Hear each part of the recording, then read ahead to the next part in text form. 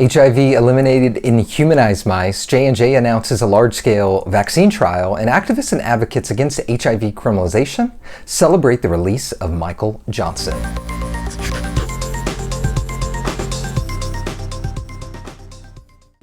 I'm Josh Robbins, and welcome to WAXOH News presented by Dating Positives. Researchers from Temple University and the University of Nebraska Medical Center modified mice to better reflect the immunology of people like us, humans.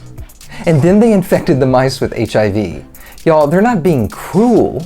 They're studying a cure for HIV. You need to calm down. But here's where it gets interesting.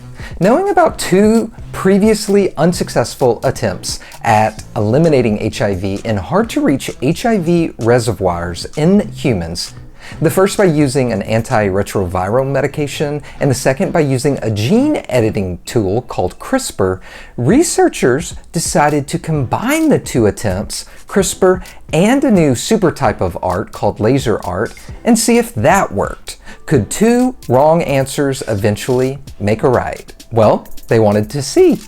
What was the result? They successfully eliminated HIV in 9 of the 23 mice that were modified with human bone marrow to make their immune systems better mimic ours. Y'all, 9 out of 23 mice were cured of HIV. That's awesome. This is the first time in scientific research history that they have had this sort of success. Big news? Yes. Does that mean a cure for HIV? Not yet. What's the takeaway here? Sterilization of HIV in living animals is possible. Okay, well, let's get on with it.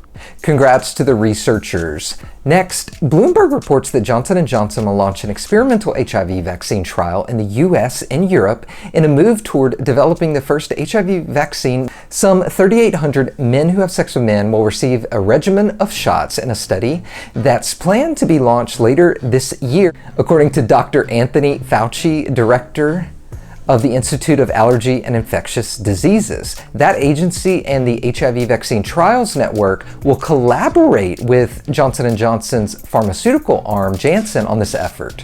And finally, earlier this month, Michael Johnson, sometimes known as Tiger Mandingo in the media, was released from prison after serving 5 years, according to BuzzFeed News. Johnson was the collegiate wrestler in Missouri who was convicted of non-disclosure and HIV transmission in a very controversial trial where jurors recommended 60 years. The judge decided on 30 years.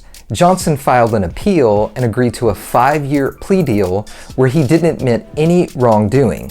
There was a large movement from HIV activists and advocates on social media to experts that all worked hard on Johnson's case. One of the journalists for BuzzFeed, Dr. Stephen Thrasher, was unrelenting in exposing the deeply rooted stigma and ingrained racial bias throughout the entire trial, including naming the alleged victims during consensual sex.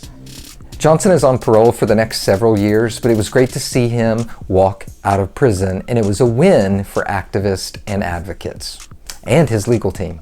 I'm Josh Robbins. This was WAXOH News presented by Dating Positives. Thanks for watching.